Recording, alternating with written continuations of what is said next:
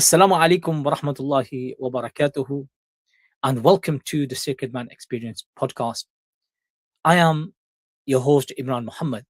Here we speak about the journey of manhood through the lens of faith, how to be strong but also soft, how to lead but also to listen.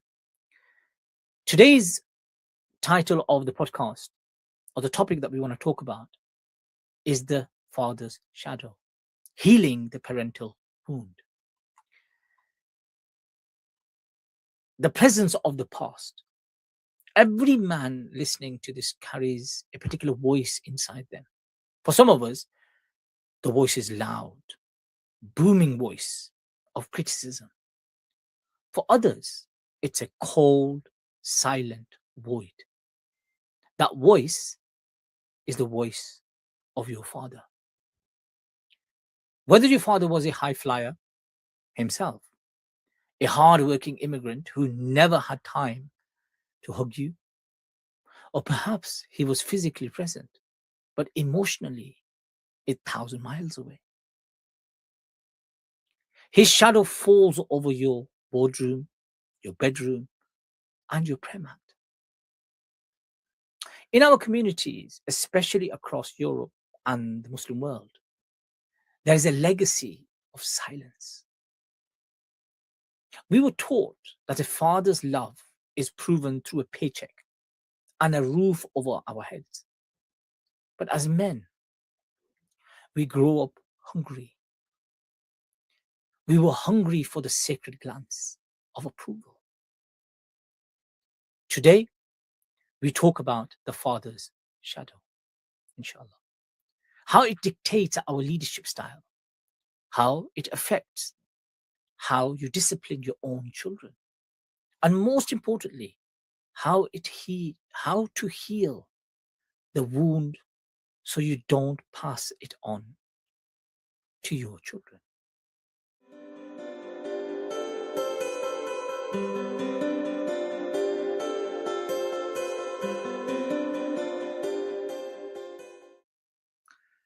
The blueprint of authority. In the world of NLP, we understand that between the ages of 0 and 7, you were in a hypnotic state. You didn't just hear your father, you imprinted his map of the world.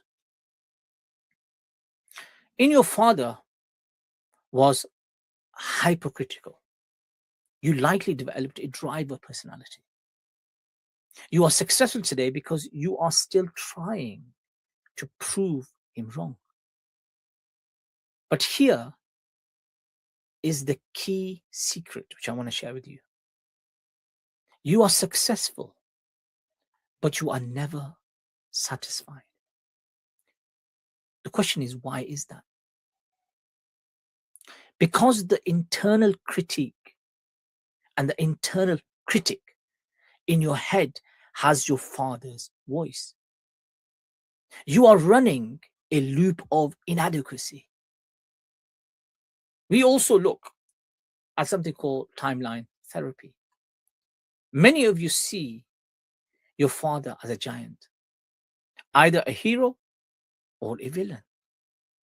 You haven't yet seen him as a man, as a human being, a man who likely had his own father wounds, a man who lived in a different resource state than yourself.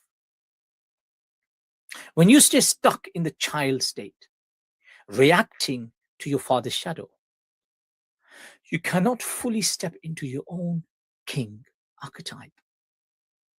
You are either a rebel, doing the opposite to him, or a clone, doing exactly like him.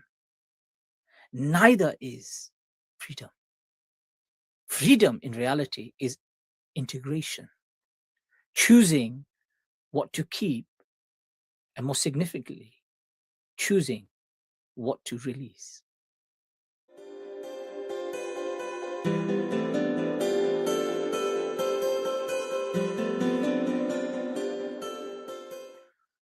the sacred lineage. Let us look at this through the eyes of the heart, through the lens of the likes of the great scholars, the great individuals that lived in our history and our past. And let's look at the concept of bir, excellence in duty. In Islam, the father is Babul Jannah, the middle gate of paradise. But often we misunderstand this. We think it means we must suffer in silence under a father's trauma. No. True bir is to heal the lineage. True bir is to heal the lineage. Consider the relationship between the Holy Prophet Ibrahim alayhi salam, may peace and blessings of God be upon him, and his father. Or in this case, some have said that it is his uncle in the context of the Quran, Azar. Now, Azar was not just distant. He himself was an idol maker. He threatens his son. Yet Ibrahim alayhi salam, or in this case it will be his nephew, Ibrahim alayhi salam spoke to him with qawlan karima, with noble speech. He said, "Oh my father, I fear for you. You didn't speak from a place of victimhood." Ibrahim alayhi salam didn't speak from a place of victimhood. He spoke from a place of spiritual superiority and compassion. Imam Zayd al-Balkhi reminds us that resentment is a toxin in the ruh, the spirit itself. If you carry hatred for the man who gave you life, you are blocking your own connection to the divine fatherhood, the Rabubiyyah of Allah subhanahu wa ta'ala. The sacred man understands that his father was a traveler on a different road with a different map. And perhaps very few tools that he ever had. When you view your father through the lens of rahmah, mercy, you don't excuse his mistakes, but you release the grip they have on your soul. You move from being a son of a man to being a servant of the most merciful. And who is that? None other than Allah himself.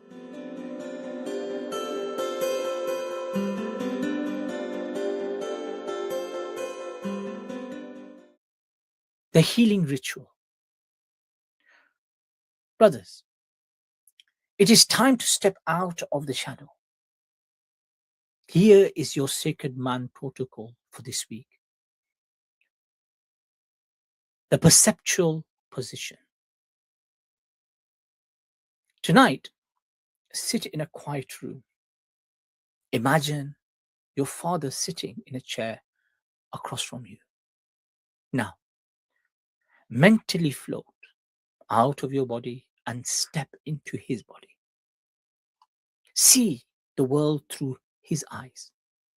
See the pressures he faced, the poverty, the migration, the lack of emotional education. Feel his fear. Then step back into yourself. Do you feel the shift? That is the beginning of empathy-based healing. Another practical exercise which I want to give you. The letter of the unspoken. Write a letter to your father. Many of us may not have our fathers with us on earth anymore. This exercise is a very powerful exercise. It will help you to deal with that shadow which is over you.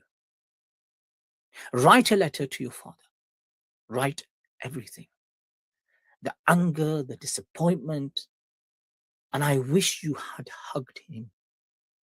And then say in there, and I wish you had hugged me. So you're speaking directly to your father as a first person to a second person who's sitting right there, or you're writing in the letter which you will give to him. Do not send it. No. This is for your own nafs. That's very significant. Once it's done, read it out loud. Then burn it or shred it. Release the energy from your nervous system. Many a times I have used this particular technique to help young men who have been incarcerated, who have blamed other human beings for the shortcomings in their own lives, on their own situation and circumstances. And what tends to happen? When that happens, they live in a perpetual state of blame. And my intention is to help them to release that particular negative energy, which has become the reason where it is difficult for them to look back at themselves and say, you know what? That energy affected me negatively. I need the release. So this is a very powerful technique. Writing the letter, saying, being truthful, writing it, what you really feel, your true emotions, your true feelings, statements, what you want to say to that person. Good, bad, and ugly. Write it down. Read it out loud. Then burn or shred it. Because this one act, with the grace of Allah, will release you from the negative energy and the energy from your nervous system. Number 3, the fathering yourself anchor.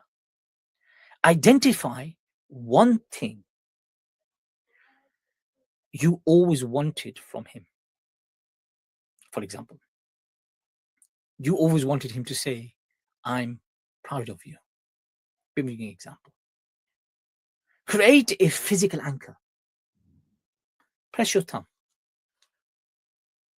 Right? Press your thumb with your forefinger together. Or you can do this as well. You can do that, and you can do this as well. Right? Forefinger.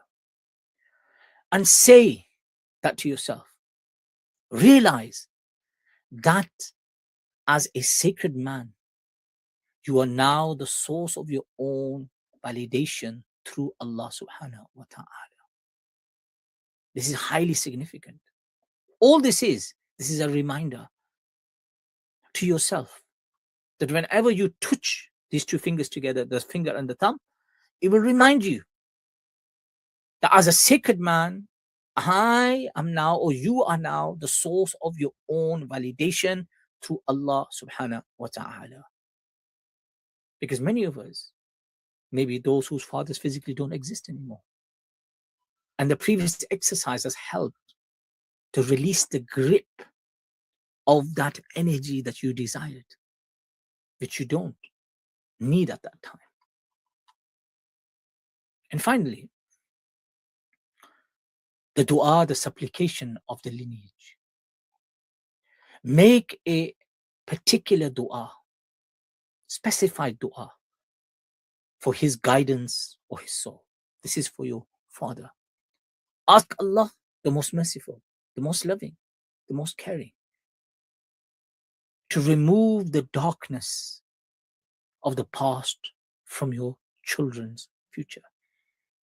We do not want to, in any way, to transfer that shadow to the next generation. We do not want to transfer that wound and the pain of that wound to the next generation. We want them to understand it. We want them to know the struggle and the difficulty. But also, we want them to do much better than what we have, inshallah ta'ala. So, my beloveds, in your dua, firstly, remember your father. You might have met him. You might have not met him. You probably have not met your father. You've not seen your father. You probably are a child who has lived without a father figure in his home. But my beloved, in the world that we live in, and especially within the spiritual world, you have the full opportunity to at least mention him within your prayers. Because that's not always about him. It's about yourself. It's about your own healing. It's about you fulfilling who you are fully and completely as the man and as the father that you are becoming in the lives of your wife, in the lives of your family, in the lives of your children.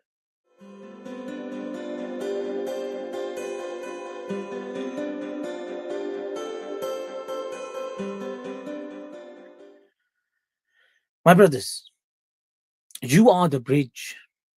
You are the one who stops the cycle. The shadow ends with you, and the light begins, wallahi, with you. You don't have to be your father. No, you don't have to be. And you don't have to be anti-father. You just have to be the man Allah, the most merciful, our creator, created you to be. In the next episode, we're going to step into the most intimate space of a man's life, the sacred union. We'll discuss how to navigate modern marriage without losing your masculinity or your mercy. Until then, my beloveds, walk with purpose, heal with grace, and remember, you are a sacred man. Assalamu alaikum wa rahmatullahi wa barakatuh.